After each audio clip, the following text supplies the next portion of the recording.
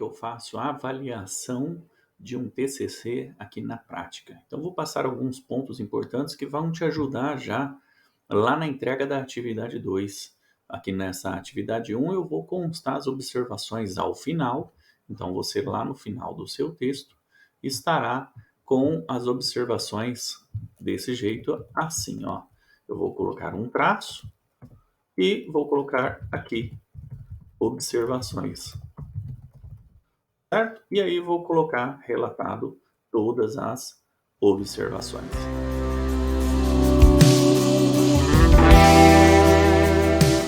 A primeira parte que eu vou verificar é páginas 1 e 2. Então aqui o nome todo em negrito, depois o título, a cidade e o ano. Página 2, nome, o título, o macrotema, que no caso dele aqui foi teologia contemporânea dentro do espiritismo, né? Poderia ser dentro de qualquer outra religião, e o assunto, os desafios do exercício e assim por diante. A cidade e o ano.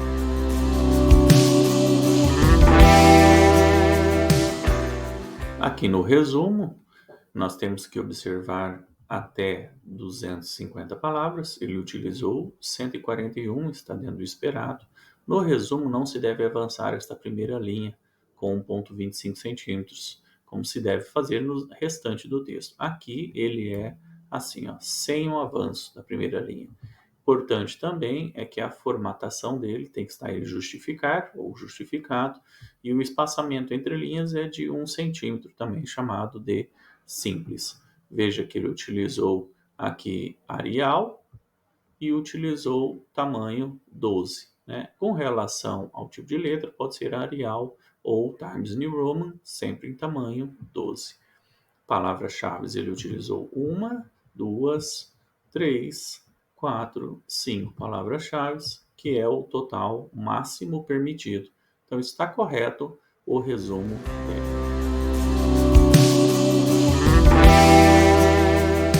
Na introdução, verifique que ela é antecedida pelo numeral 1, o primeiro, né? Vamos verificar também os outros. Veja que aqui é o referencial teórico, ele colocou já o título. Poderia ter colocado desta forma também, assim. Referencial teórico, 2 pontos, e aí o título. Ou então ter apenas incluído referencial teórico, também não iríamos descontar ponto. Mas, da forma que ele fez, é a forma ideal, já iniciando a introdução e depois aqui já o título do referencial teórico.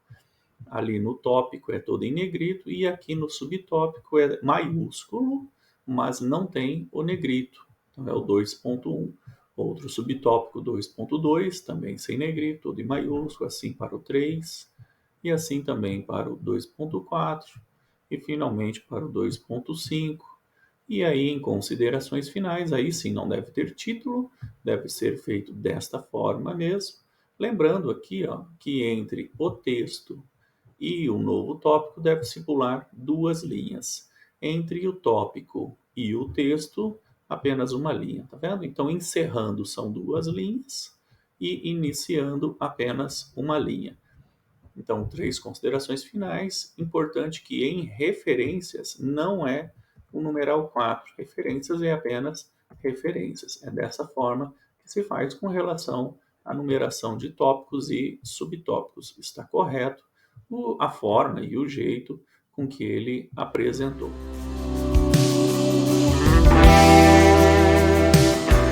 Retornando agora ao texto, vamos verificar algumas coisas aqui estruturais. Veja que o espaçamento entre linhas agora não é mais um simples, né?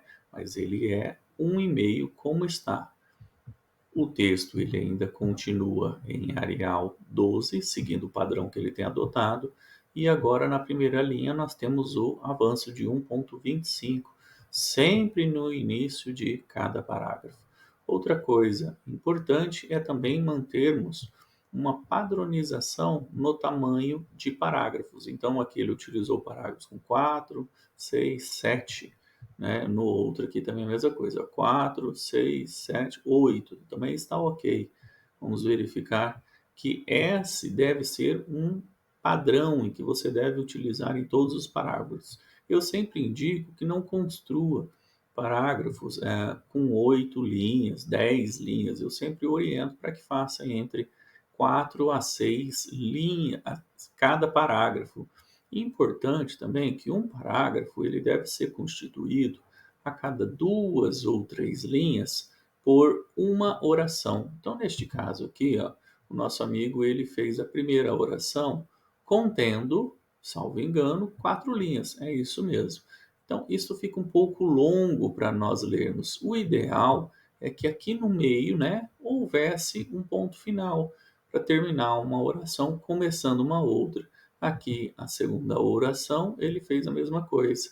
Utilizou 3 linhas, 4 linhas, contaríamos também da mesma forma, né? Porque pegou aquele pedacinho ali.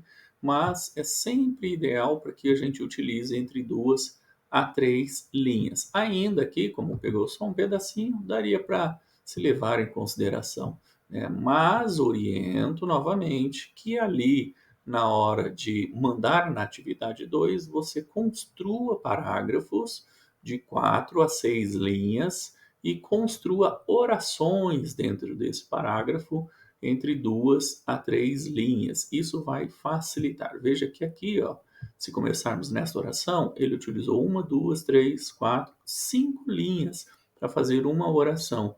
E aqui também a mesma coisa, 1, 2, 3, 4 linhas para fazer uma oração. Então aqui é um parágrafo, que esse parágrafo contém 1, 2, 3, 4, 5, 6, 7, 8 linhas.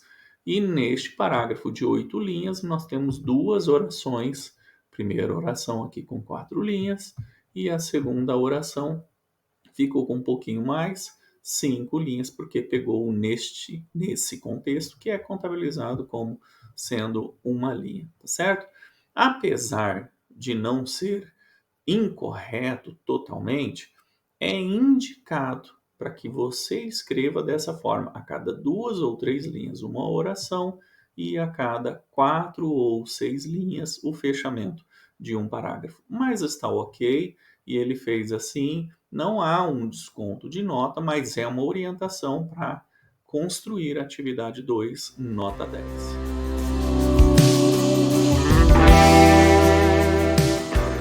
2, temos um aspecto interessante que eu sempre gosto de citar em aula e aqui ele está utilizando na prática. Veja que você tem o texto corrido e agora você tem uma citação longa com mais de 3 linhas. E aqui é, lógico, uma citação direta com mais de 3 linhas. Veja que na citação direta, primeiro ponto a observar é que não é necessário, não se deve utilizar, portanto, a questão do abrir aspas e fechar aspas. Não se deve utilizar dessa forma. Então, vou tirar aqui e deixar da forma como ele fez, que é a forma correta. Importante também é referenciar sempre esta citação direta. No caso aqui é o Evangelho segundo escreveu Marcos, capítulo 9, versículo 38 a 40. Ele está utilizando aqui o 2 pontos, né? Algumas citações, principalmente em referenciais americanos, utiliza isso. Eu prefiro utilizar assim, ó, o ponto final para separar capítulo de versículo. Ele utilizou 2 pontos, pode ser também um substitutivo, ou seja, o sinônimo do ponto final. Mas eu gostaria que considerassem que se usou aqui 2 pontos para separar capítulo de versículo, deve-se utilizar em todas as demais citações. Outra coisa é que, uma vez que feita a citação, aqui deve ir lá nas referências constar, né, a Bíblia, no caso. Então, vamos já fazer uma avaliação com relação à Bíblia e aproveitar aqui e já formatarmos a parte de referências. Primeiro ponto, ele citou lá a Bíblia e aqui ele referenciou a Bíblia. Ele fez uma referenciação. Bíblia, Novo Testamento, está correto. Se ele quisesse fazer assim, ó, desta forma, também estaria correto. Se ele quisesse fazer ainda desta outra forma, apenas assim, ó, Bíblia, Novo Testamento, sem o Novo Testamento, também estaria correto. Se ele quisesse fazer assim, ó, também estaria correto, tá? Eu vou deixar assim, e aí aqui é o nome da Bíblia Sagrada, né? Essa aqui é a reedição da Bíblia. Aqui, ó, é onde seria a cidade e aqui seria a editora Jim Swagger. Como às vezes não vem ali o nome editor, eu aconselho colocar assim, ó, editora Jim Swagger, para que fique bem claro. E depois aqui está seguido do ano. Vamos fazer um outro ajuste, aqui ele citou, né, uma legislação, no caso a Constituição, ele fez dessa forma sintética aqui, né, direta, ele poderia ter colocado Constituição Federal de 1988, tal, ele poderia ter colocado assim, mas ele fez dessa forma, também está correto, e aqui a mesma coisa, ele está seguindo sempre a cidade, dois pontos, e aí a editora. Tá? Editora, ele poderia colocar Editora Saraiva ou simplesmente Saraiva. Assim, da mesma forma, aqui no Jim Swagger, ele pode deixar assim, só Jim Swagger, como foi o caso que ele fez, está totalmente correto. Eu quero só observar um ponto aqui, ó. Então, ele fez as referências corretas, né? Ó, veja, citou aqui o nome e o último sobrenome em maiúsculo. Está ó, correto. Aqui também, ó, o nome, um primeiro sobrenome e o último sobrenome. Está correto. Tá? Então ele fez estas formas. Olha aqui, quando a gente tem um autor, e aí se separa este autor, vou dar um zoom, por ponto e vírgula do segundo autor. Lembrando que até três autores nós devemos colocar assim da forma com que ele fez, separando um autor do outro por ponto e vírgula, tá? Totalmente correto. Agora vamos a alguns ajustes que nós devemos fazer aqui.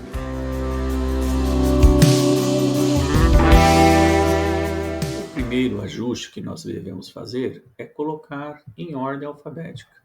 Então eu vou, ele colocou aqui, né, ó, este porque conforme ele foi citando, ele veio referenciando da mesma forma. Mas não é assim que deve ser utilizado pela ABNT. Assim é a forma que deve ser utilizado se for citar ou referenciar utilizando nota de rodapé. Mas aqui no campo referências deve estar em ordem alfabética. Aqui ele começa com B, né? Depois com B, D, F, C, tá vendo? Então não está em ordem alfabética. Vamos ajustar. Eu vou colocar aqui, seleciono o texto, venho neste A Z, que é ordenar, coloco aqui parágrafos e dou um OK. Ele vai fazer desta forma aqui. Vai tirar os espaços entre linhas que você precisa apenas incluí-los novamente. Então, após cada referencial, este é um trabalho, né? Para você que não fez na atividade 1, fazer agora e desenvolver para a atividade 2. Pronto, está lá, com um espaço entre linhas, entre cada uma das referências. Outra coisa importante é que as referências, ele colocou aqui em justificado, também chamado de justificar, mas as referências, tá? É uma exceção, para as referências é alinhado à esquerda. Outro detalhe que ele já seguiu é que nas referências, assim como na citação direta, longa, com mais de 3 linhas, deve ser 1 centímetro, assim também lá no resumo deve ser com 1 centímetro. Então, anote aí, resumo, citação direta com mais de 3 linhas e referências, você deve utilizar 1 centímetro, tá bom? É o chamado espaçamento entre linhas simples. E pronto, isso fizemos assim da forma correta, tiramos a numeração e está tudo pronto já em ordem alfabética.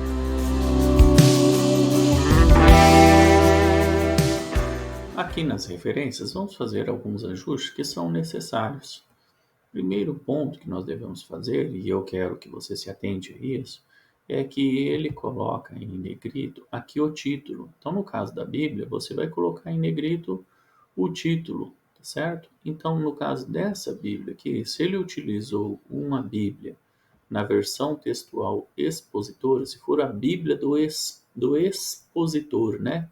Então, aí deveria ser gravado o título. No caso aqui, eu estou levando em consideração que ele está utilizando uma Bíblia sagrada sem ser nenhuma daquelas Bíblias de estudo, né, como a Bíblia apologética, ou a Bíblia do pregador pentecostal, ou então a Bíblia arqueológica, tá certo? Então, por isso, ele colocou aqui o título, tá?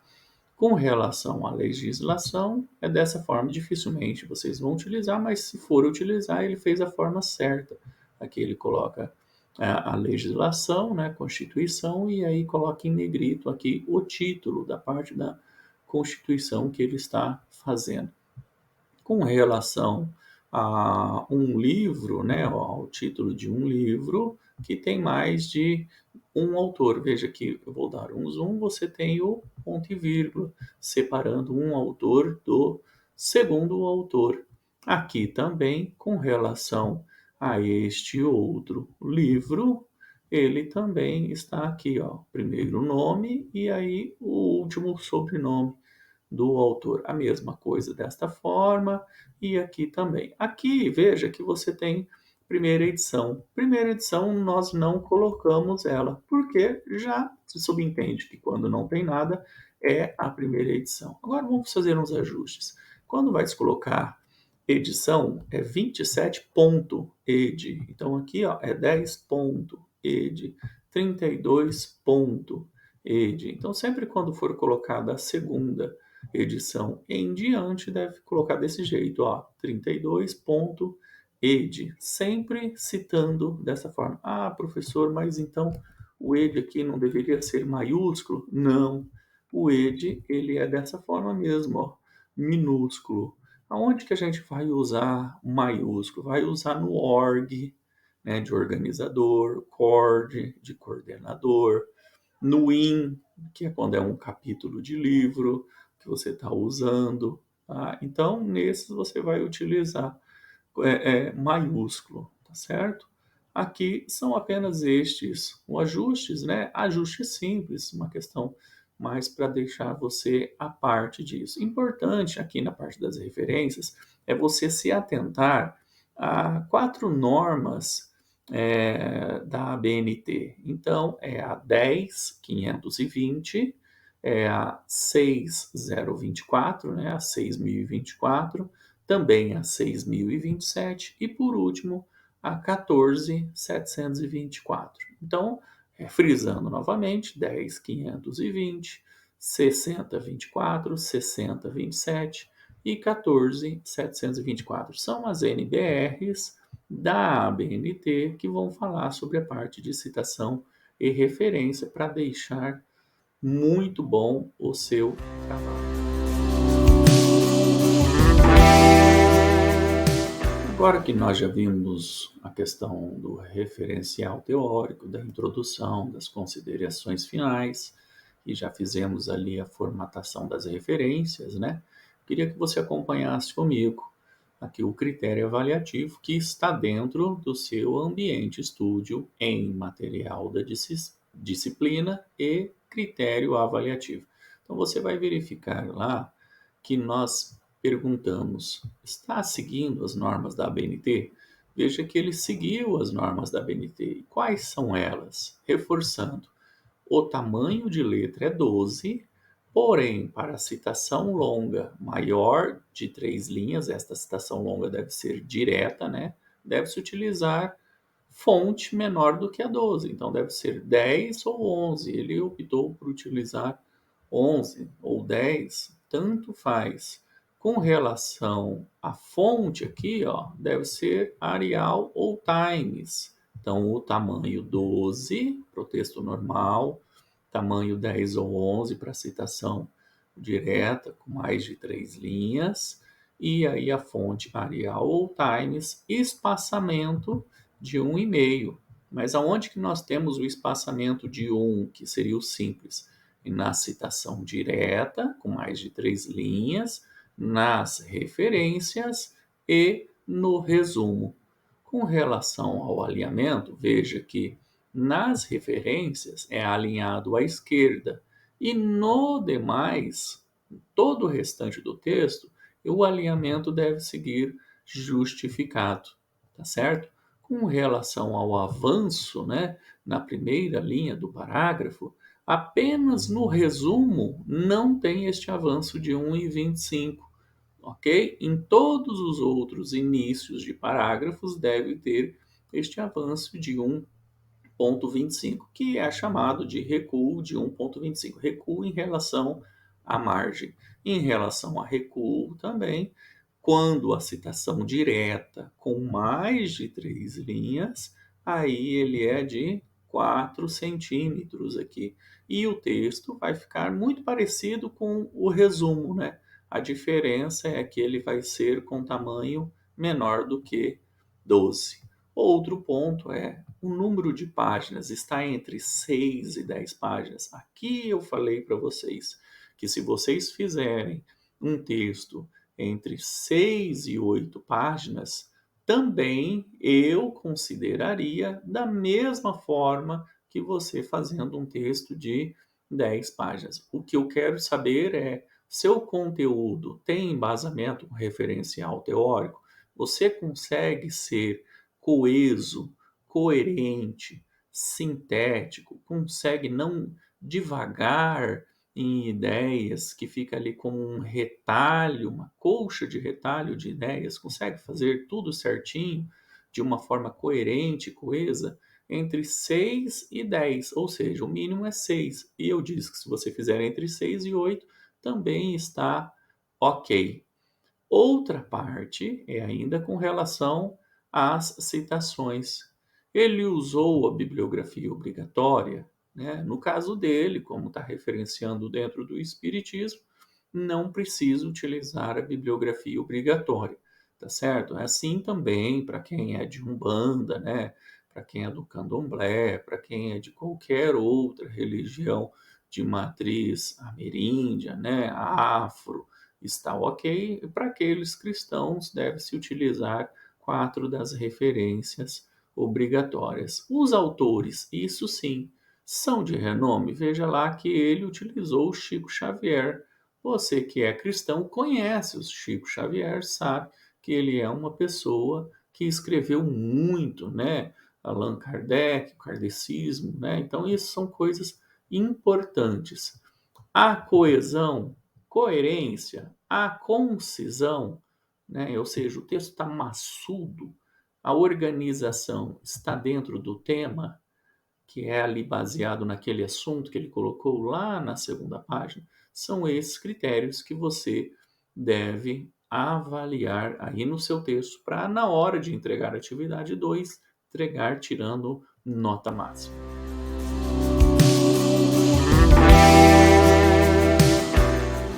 Agora, para você que está fazendo com relação a um texto dentro do cristianismo, né, é importante que você siga aqui o que nós comentamos. Então, são 4 livros do referencial teórico, dentre aqueles 10 disponíveis, e destes 4 livros obrigatórios, você precisa ter uma citação direta e uma citação indireta, ou seja, 4 livros vezes 2 citações, devem ser 8 citações no total.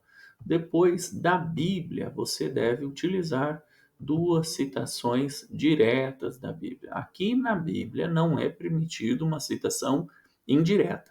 Então, na Bíblia são mais 2 citações. E depois outras 2 obras de sua livre escolha, você deve fazer uma citação de cada uma delas, ou seja, mais 2 citações. Então, vamos contar comigo quantos referenciais nós temos. 4 livros obrigatórios, mais uma Bíblia, 5, mais 2 outros livros de livre escolha. 7 referenciais teóricos obrigatórios. E quantas citações? Vejam aqui, são 8 citações dentro dos 4 livros obrigatórios, mais 2 citações diretas da Bíblia obrigatoriamente. Então vai dar 8 com 2, 10. E aqui mais 2 citações, uma citação de cada uma das obras, pelo menos. Então vão dar 12 citações e 7 obras obrigatórias. Vamos verificar isso inicialmente apenas com relação às obras lá no referencial do nosso amigo.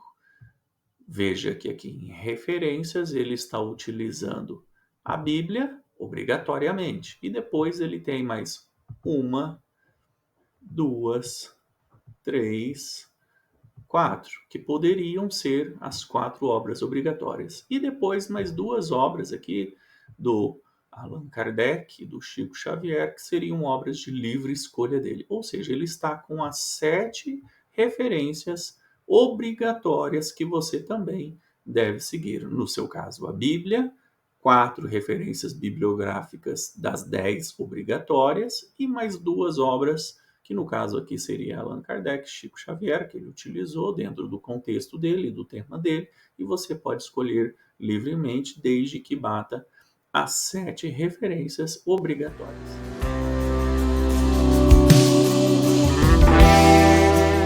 Agora é o ponto crucial, né? Vamos verificar se ele fez as citações. Veja lá que dos 4 livros obrigatórios, você deve fazer uma citação direta e uma indireta de cada uma delas. Ou seja, você deve ter 4 citações diretas e 4 citações indiretas, no total de 8 citações dos 4 livros.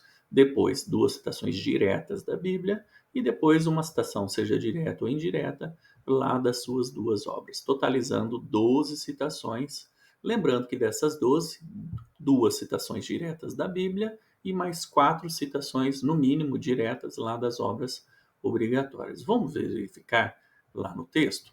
Eu marquei para você aqui já com cores e você vai acompanhando comigo. Primeira parte, introdução. Na introdução não se deve fazer citação, mas veja que citação não é deixar de referenciar.